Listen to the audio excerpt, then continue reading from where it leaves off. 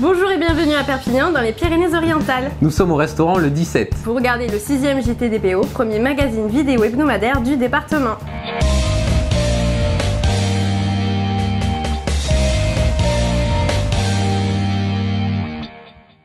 Au sommaire de ce numéro, l'interview des frères Bogdanov présents au Soleil vendredi dernier lors de la conférence « Sommes-nous seuls dans l'univers ?»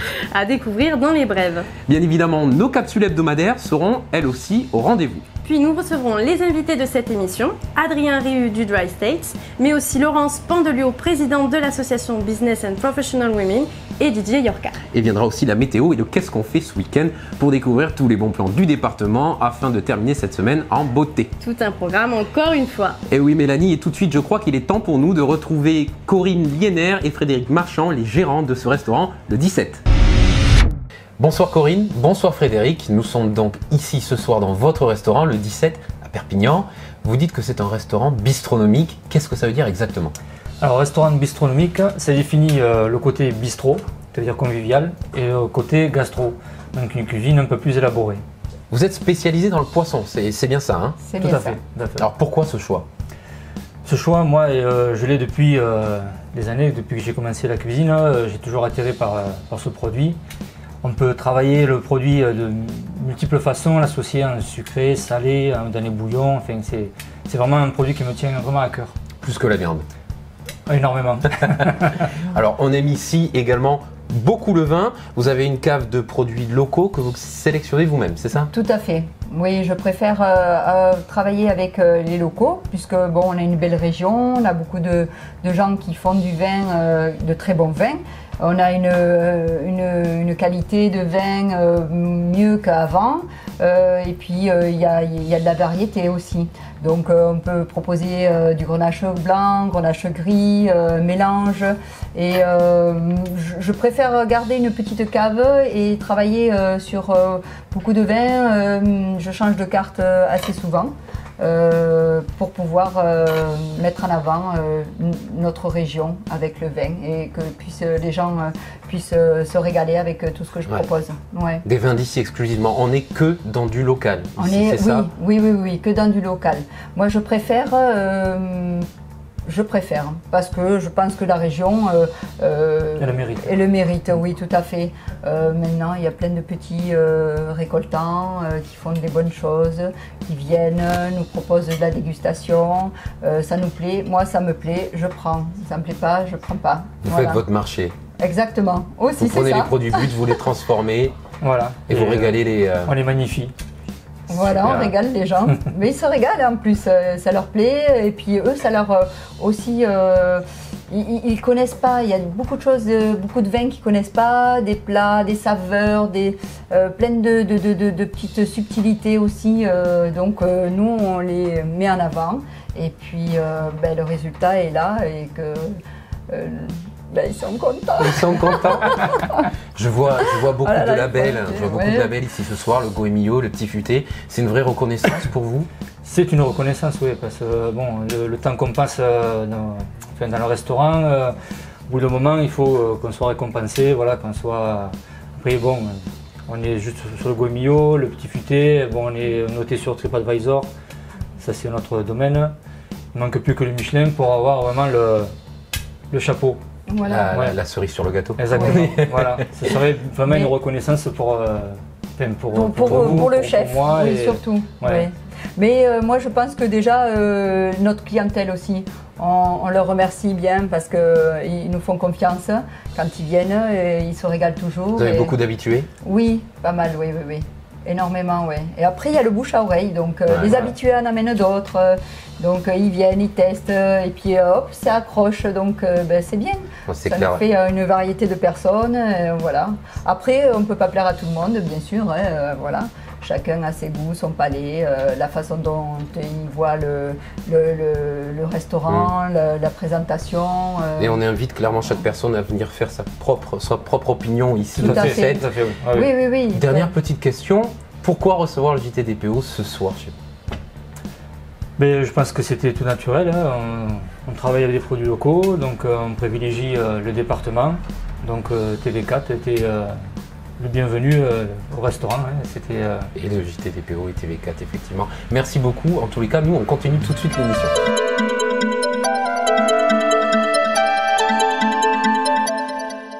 Voici les informations principales à connaître sur le département.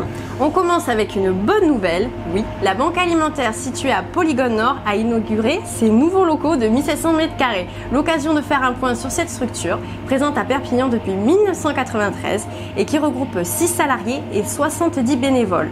En 2016, près de 1700 tonnes ont ainsi été récupérées, ce qui a permis de distribuer quotidiennement 13 000 repas, dont 68% sur le périmètre de la métropole perpignanaise. Et les espaces canins de Perpignan se développent eux aussi. Le premier a été expérimenté il y a 5 ans dans le quartier du Moulin à Vent, sur le boulevard de Fomant de la Sardane, et le dernier a vu le jour la semaine dernière dans le quartier Catalunya, rue des Granolets, un espace ombragé, loin des habitations, pour n'occasionner aucune gêne aux riverains. En parlant d'animaux, chaque année, la ferme de découverte de Saint-André fête Halloween. Elle reçoit des centaines et des centaines d'enfants du département, mais aussi des touristes pendant les vacances. Nous avons rencontré Hubert, le créateur de ce paradis naturel, juste avant l'atelier citrouille de l'après-midi. Bouh. La ferme découverte Saint-André, donc bonjour, bienvenue donc à la ferme découverte, et c'est un parc animalier de loisirs. Alors le parc animalier de loisirs, la ferme découverte, nous organisons pendant les vacances d'automne la fête de la citrouille. La fête de la citrouille démarre donc au début des vacances et finit le 5 novembre. Et cette fête de la citrouille attire beaucoup d'enfants du département et puis également du tourisme, on va dire les gens qui aiment le côté expérientiel de notre département. Nous avons des belles expériences à offrir. Et la fête de la citrouille, eh bien, ça se résume en un décor que les enfants font et aussi le plaisir du faire ensemble. C'est-à-dire que les adultes donc creusent les citrouilles, les décorent avec les enfants, et les enfants peuvent repartir avec leurs citrouilles. Donc ça fait partie du concept, donc la fête de la citrouille à la ferme découverte. Et la particularité également, c'est que après l'agneau biberon, parce qu'il y a l'agneau biberon, également des petits porcelets actuellement, nous avons aussi la chance de pouvoir organiser les castagnades. Là, on est vraiment dans la connotation automne, donc c'est les châtaignes que l'on fait griller. Et ça crée des moments assez extraordinaires avec les enfants et des belles émotions et des beaux souvenirs donc, de ce que pouvait représenter notre ruralité ici, dans ce beau département. Et alors, les couleurs d'automne sont là, mais le soleil aussi. Donc on vous attend très nombreux. Focus sur une belle réussite en quelques données. L'activité des Gîtes de France 66 représente un chiffre d'affaires annuel de 2 660 000 € avec près de 900 hébergements et plus de 13 000 clients accueillis en 2016. Récemment, lors d'une rencontre avec le député Sébastien Cazeneuve, les directeurs ont pu mettre en avant le modèle de développement touristique original en zone rurale que propose le label Gîtes de France, premier label français et européen de l'accueil chez l'habitant. Près de 60 professionnels et patients pour une marche rose. Cette année, l'hôpital de Thuir innove en proposant en ce mois d'octobre une marche rose. Alors, qu'est-ce que la marche rose? C'est une mobilisation pour lutter contre le cancer du sein. 2 éducateurs sportifs de l'établissement ont imaginé un parcours sportif sur les 32 hectares du site de Thuir. Course, saut d'obstacles et musculation de parcours. Ça me plaît. Rendez-vous pour ceux qui veulent les samedis 28 et dimanche 29 octobre pour la 3e cuvée du marathon vertical du vignoble Agly-Fenouillède. Le départ se fait de Saint-Paul-de-Fenouillet. Au programme, 43 km à parcourir sur 1800 mètres de dénivelé positif à travers l'un des plus beaux vignobles DPO. Vendredi dernier, le complexe Jomazo a réuni plus de 1300 personnes au Soleil dans le cadre de la semaine de la connaissance. Les frères Bogdanov étaient présents pour donner une conférence sur le thème « Sommes-nous seuls dans l'univers ?» Nous avons pu les rencontrer et leur poser quelques questions sur ce thème bien mystérieux. On regarde ça. Igor, Krishka, bonsoir. Bonsoir, merci d'être là ce soir dans le JTDPO. Vous allez donner une conférence dans quelques instants devant les Solériens, entre autres. Votre actualité du moment, c'est votre livre « Le tour de la science en 80 minutes ». 80 minutes, vous n'avez pas peur d'envoyer quelques profs au chômage? En fait, ça s'appelle Science Minute, donc déjà, il faut être fidèle au titre. Et c'est vrai que quand on tourne une page qui prend à peu près, je crois en termes de secondes, 30 secondes, pour le côté texte et à peu près la même chose pour le côté image quand on veut vraiment contempler, ils ont 1 minute. Alors, bien sûr, après, on peut aller plus ou moins rapidement, mais ce qui est intéressant, c'est d'être conforme à ce qu'a dit un jour Paul Valéry, qui a dit pour qu'un livre soit réussi, il faut qu'il soit lisible en moins de 2 heures. bien, on s'efforce effectivement de tenir dans ces limites de moins de 2 heures. Et c'est vrai que quand on le traverse, même si on le traverse avec attention, on peut y arriver. Donc, à tous ceux qui veulent nous lire, 80 minutes. Vous traitez un sujet nébuleux, on va dire. Sommes-nous seuls dans l'univers? Et c'est effectivement une question qu'on peut se poser le matin entre le café et la tartine. Est-ce que vous pouvez me résumer un petit peu votre propos? Sommes-nous seuls ou pas? Mais en gros, on part d'un constat très simple. C'est que les lois qui ont fait que la vie est apparue sur la Terre, il y a à peu près 3 milliards et 800 millions d'années, ces lois physiques sont les mêmes partout dans l'univers. Donc à partir de là, on est évidemment fondé à penser que ce qui s'est produit sur la Terre, c'est nécessairement produit ailleurs, sur d'autres sites planétaires, parce que ce sont les mêmes lois qui s'appliquent. Et aujourd'hui, on découvre de plus en plus de planètes qui sont comparables à la Terre en termes de taille, en termes de distance par rapport au Soleil. Et à partir de là, bien sûr, l'hypothèse de la vie ailleurs, émerge tout naturellement. Donc il peut y avoir un autre pays catalan quelque part dans la galaxie. Ah oui, il est certain qu'il y a... Mais il est déjà autonome. Ouais. Alors, c'est la 3e fois que vous venez ici dans le cadre des rendez-vous de la connaissance, donc organisés par la Ville du Soleil et Vincent Verne. Avez-vous la sensation que le public comprend votre message? Ah oui, oui, parce que en fait, c'est déjà pour nous, au-delà de la sensation, parce que subjectivement, on pourrait être rattrapé par nos désirs. Mais la réalité est là. Ce que nous véhiculons depuis des années, Igor et moi, c'est une volonté de partager la science. Pour nous, la vraie démocratie, quand on parle de démocratie, c'est non pas le partage du pouvoir, mais le partage du savoir.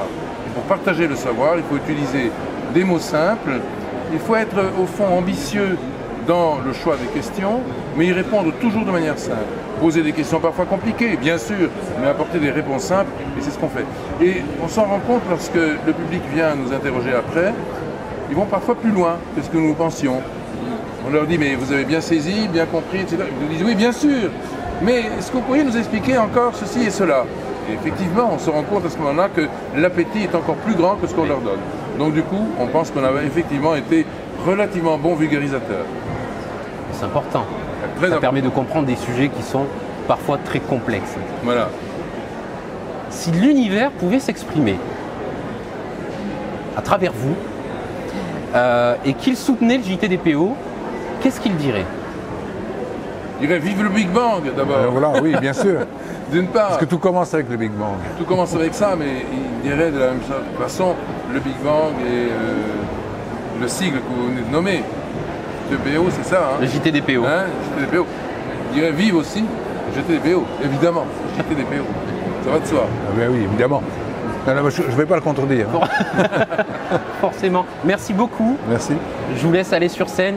Et va quant faire à des moi, faire des photos. Ouais. Et quant à moi, je vous retrouve tout de suite dans la suite de l'émission. Perpignan est candidate au titre de la capitale de la Sardane 2019, un label créé en 2013 qui a pour objectif de promouvoir et cultiver le prestige social de la Sardane, le tout en développant sa cohésion dans le domaine de la culture des territoires situés au nord et au sud des Pyrénées, ainsi qu'en Andorre. Des infos un peu moins enthousiastes. Argelès-sur-Mer a déposé un bilan de semaine plutôt inquiétant. 2 policiers municipaux ont été blessés par une personne hors de contrôle. Un véhicule a été incendié, plusieurs autres endommagés. Une 50aine de pneus ont été crevés, des réservoirs d'essence siphonnés à tire-larigot. Même en dehors de la saison estivale, la vie nocturne n'est plus de tout repos. Non, et on finit sur une news plutôt légère avec la nouvelle maire du Soleil, Armelle Révèle-Fourcade, qui vient de prendre poste et devient donc la plus jeune des 36 maires de la communauté urbaine Perpignan-Méditerranée Métropole du haut de ses 41 ans. Elle a détrôné Gilles Foxonnet, le maire de Bachas, qui détenait ce titre de maire junior depuis 3 mandats. C'est tout pour les brèves. Dans un instant, nous allons passer aux capsules du JT. Et on rappelle que les capsules sont de petites émissions que nous retrouverons toutes les semaines. On regarde ça, Mélanie? Allez, c'est parti. Bonjour à tous, je suis ravi de vous retrouver pour le bien de la semaine. Stéphane Baum de l'agence Century 21 Central Immobilier au 25 boulevard Clémenceau. Nous sommes ici aujourd'hui sur le boulevard Wilson, donc dans un des quartiers les plus prisés et les plus agréables de Perpignan. Je vous présente donc cet appartement qui est situé au 4e et dernier étage d'un immeuble, un bourgeois avec 5 appartements. Donc ce qui est important pour vous de savoir, c'est qu'il y a un ascenseur. C'est vrai qu'au 4e étage, ça fait beaucoup pour certains. C'est un appartement qui est traversant, qui a une surface habitable de 145 mètres carrés, donc qui est lumineux, avec de belles prestations, parquet massif, double vitrage, climatisation réversible. Nous avons un grand salon séjour de 40 mètres carrés, donc c'est agréable, une cuisine indépendante, 4 belles chambres, donc tout ce qui est à ravir pour les citadins. Je vous invite donc à nous retrouver à l'agence immobilière pour vous donner plus d'informations ou nous contacter directement au 04 68 51 12 60. Je vous remercie, à bientôt.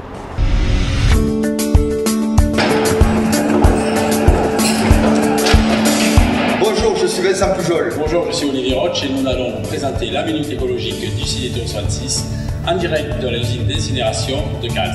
Alors aujourd'hui Vincent, gros cri d'alerte. Alors effectivement, on constate à nouveau la présence trop importante de dasseries sur la chaîne de tri. Là où on recycle les papiers et les emballages et on a des valoristes qui se blessent, c'est inadmissible. Alors les dasseries, Olivier, qu'est-ce à chaud? Les dasseries, ce sont les déchets d'activité de soins à risque infectieux.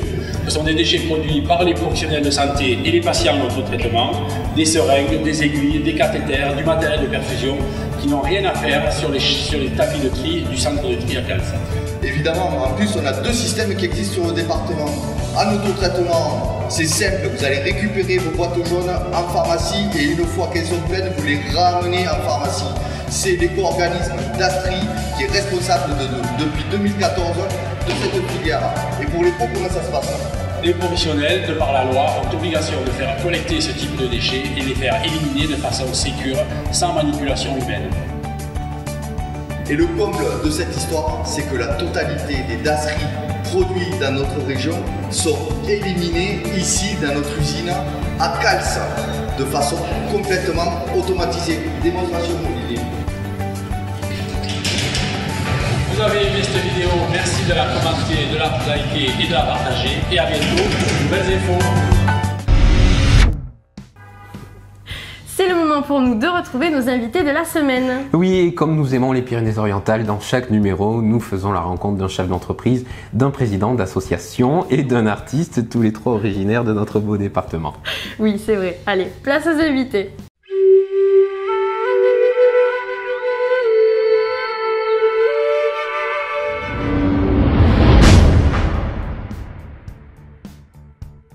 Pour la première rencontre aujourd'hui, on accueille Adrien Riu, le gérant du Dry States, ce bar sur l'avenue du Maréchal Leclerc à Perpignan.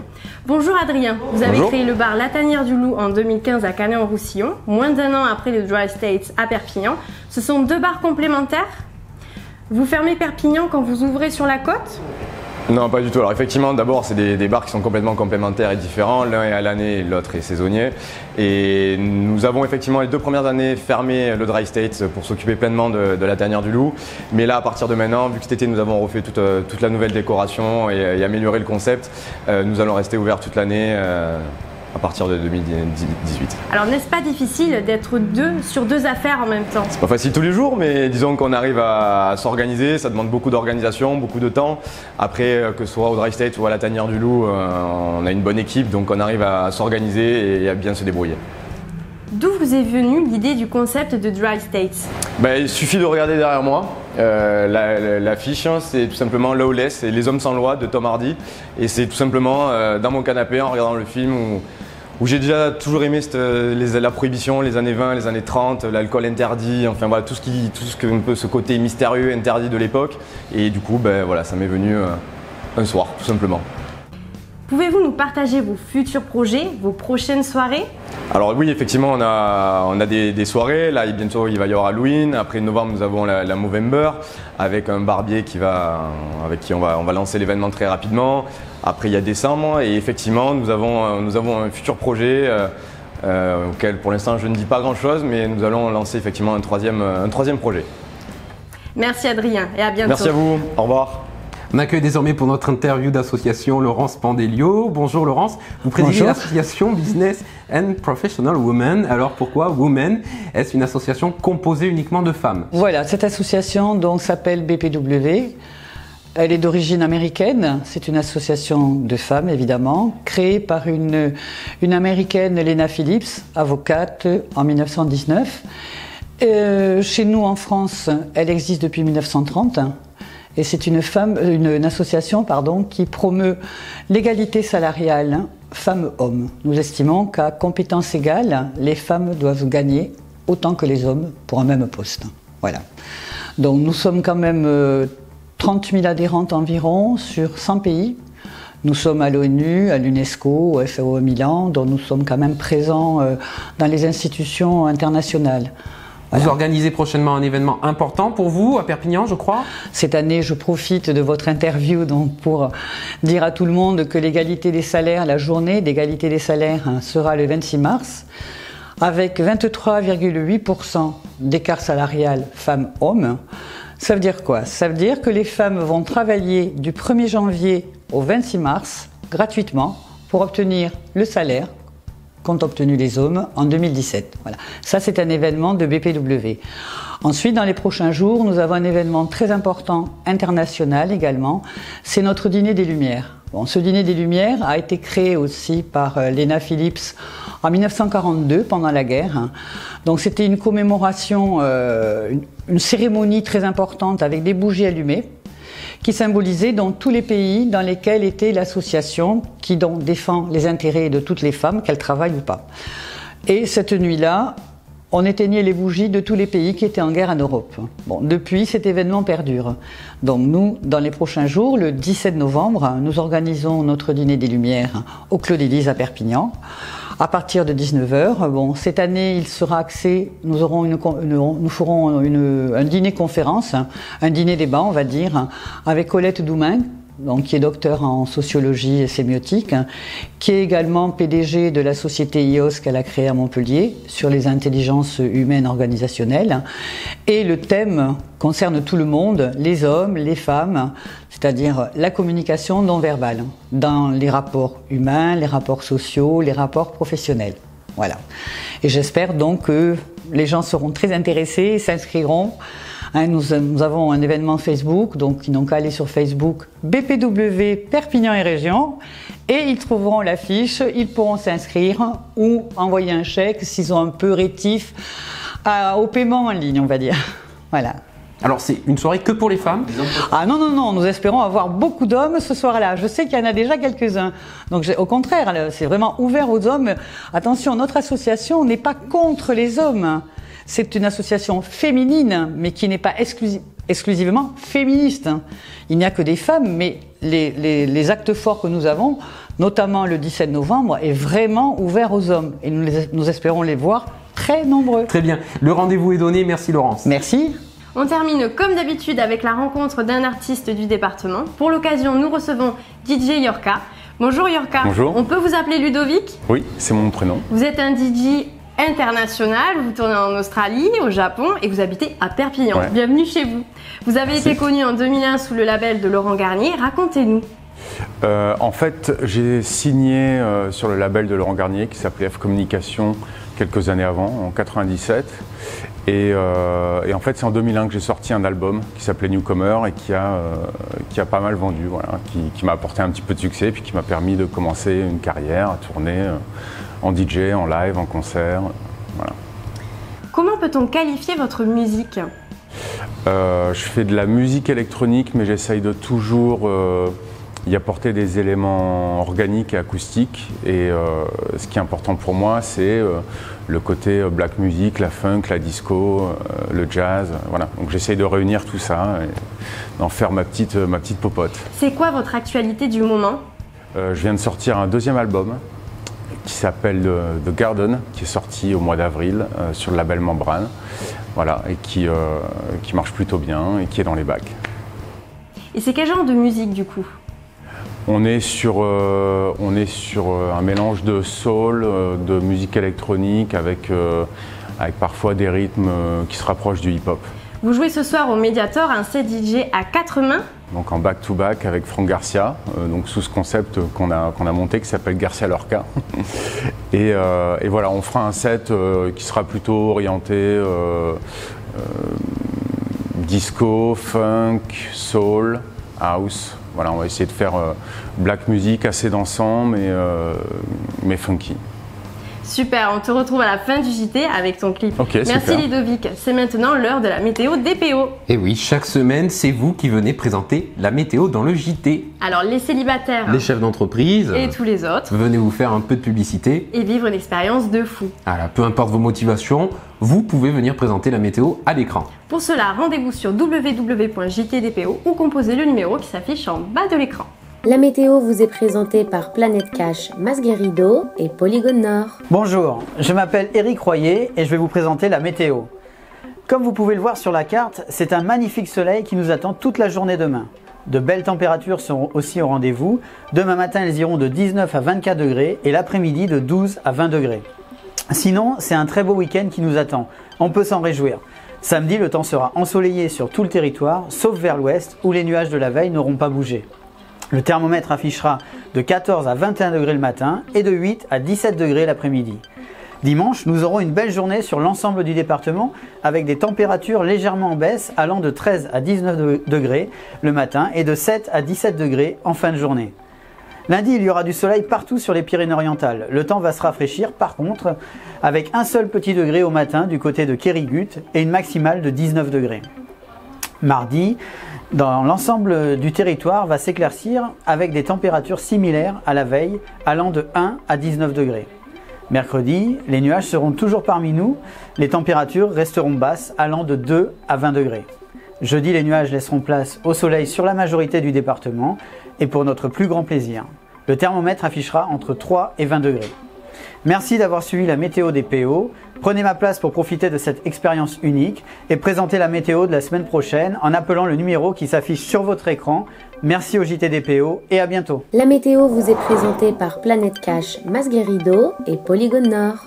Excellent. Bon là, tu peux me laisser le dire. Je t'en prie Mélanie. Il fait toujours beau dans les PO. C'est vrai que cette semaine, on va avoir un temps plutôt sympathique. Alors vous connaissez maintenant, j'espère, la suite. Bien sûr, c'est la rubrique « Qu'est-ce qu'on fait ce week-end ?» pour savoir ce qu'on fait ce week-end. Donc on vous propose encore et toujours des loisirs et des sorties pour le week-end, que vous soyez seul, en couple, en famille ou entre amis.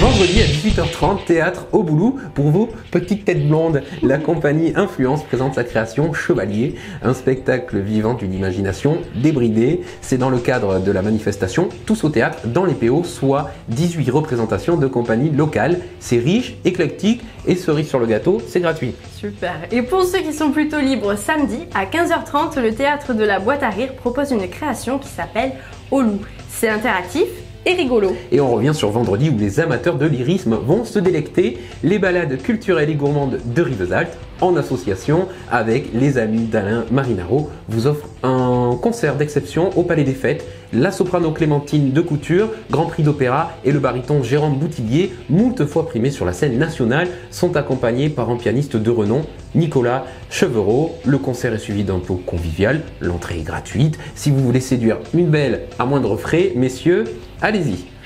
Et si vous êtes vraiment fauché et qu'elle adore, comme moi, les concerts lyriques, rendez-vous samedi à 18h30 à l'église Saint-Julien et Sainte-Basilis à Toreil pour le concert de Tardor avec l'ensemble choral Anselme Viola de Torella de Montgré.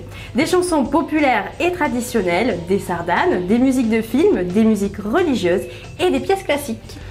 Et c'est encore un événement gratuit. Eh oui, gratuit. Et puisqu'il est clair que tu préfères le lyrisme à mes muscles, Mélanie, la formation Canticelle et ses chants à Marie nous attendent à Bages dimanche soir dans la superbe église Saint-André de Vivaldi à Bizet, avec pour finale un Ave Maria inédit créé par Sir Edgar. Ça pulse et encore une fois, c'est gratuit. Eh oui.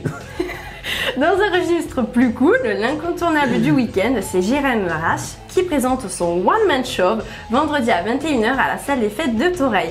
Souvenez-vous, c'était notre invité artistique lors du JT numéro 4. C'est un show hilarant et la place n'est qu'à 12 €. Les meilleurs plans, c'est dans le JTDPO, on n'arrête pas de vous le dire. Et c'est pas fini, parce que tu as encore une idée sympa à moins de 5 € il me semble. Oui, on vous en avait déjà parlé aussi de la visite guidée pour comprendre l'évolution de Perpignan depuis le Moyen-Âge. Si vous n'avez pas pu vous y rendre, prochain départ samedi à 15h30 depuis l'Office du Tourisme pour un merveilleux voyage au cœur de notre belle cité catalane.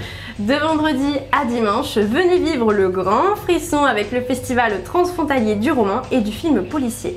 De la Roque des Alberts à Figueras, en passant par Saint-André et Argelès, vous rencontrez des auteurs et des réalisateurs par le biais de tables rondes, conférences, lectures et projections cinématographiques. Ce parcours essoufflant est rythmé par des concerts, des apéritifs dînatoires, des cafés littéraires, des expos et même un repas noir avec les auteurs. Tu ne trouves pas, Louis, que je ressemble un peu au commissaire San Antonio? Il te manque un peu de carrure, hein, mais j'aurais pas très peur de toi. En revanche, si on veut du frisson et de l'horreur, ce week-end a lieu la 3e édition du Jardin de la Peur au Soleil. Zombies, cannibales, sorcières Et le cirque de l'horreur. Rien ne manque pour vous familiariser avec Halloween.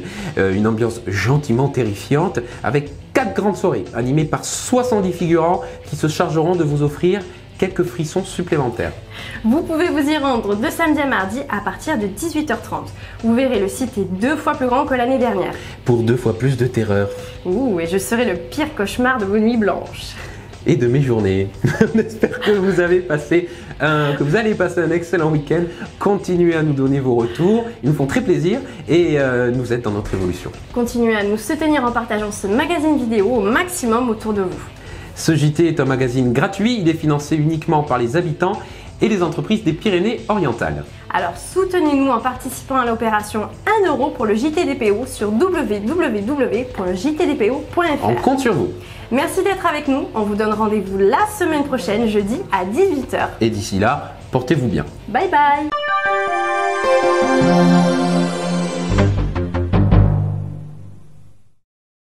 Tu m'amènes où, Louis, là? Si, mais attends, je t'amène à manger, c'est la moindre des choses. T'as vu comment on a géré? Attends. Ça tombe bien, j'ai trop faim. T'as ce que je t'ai commandé, Ah ouais. Celui-là, je suis allé le chercher ce matin de bonne heure. Oh bah super. Et certifié sans arrêt. Hein? Oh, bah, alors? Pas mal. C'est pas possible. C'est toi qui fais les blagues, Loïc. Bon, rendez-vous au 17. Hein.